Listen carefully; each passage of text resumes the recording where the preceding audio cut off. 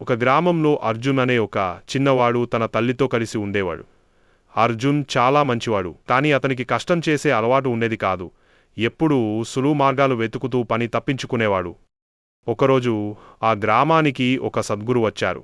వారు ప్రజలందర్నీ చేర్చి ఉపదేశించారు. ఎవరు ఎలా చేస్తే వారికి అంతే ఫలితం లభిస్తుంది.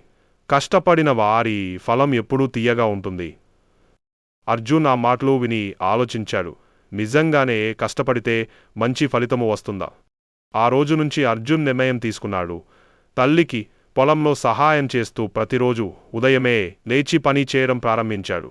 నీరు పోయడం, మొక్కలు సాగుదల చేయడం, ముళ్ళను తీయడం అన్నీ చేసేవాడు. కొద్ది రోజుల్లోనే పంట చాలా బాగా పెరిగింది. ఒకరోజు తల్లి చెప్పింది, ఈసారి పంట చాలా బాగా వచ్చింది. ఇది నీ కష్టానికి ఫలితమే. అర్జున్ ఆనందంతో నిండిపోయాడు. అప్పుడే అతనికి గురువు చెప్పిన మాట అర్థమయ్యింది. కష్టం చేసిన వారికి ఫలం తీయగా ఉంటుంది. ఆ రోజునుంచి అర్జున్ ఎప్పుడూ కష్టపడి పనిచేసేవాడిగా మారిపోయాడు. ప్రతి ఒక్కరికీ కూడా అదే పాఠం చెప్పేవాడు.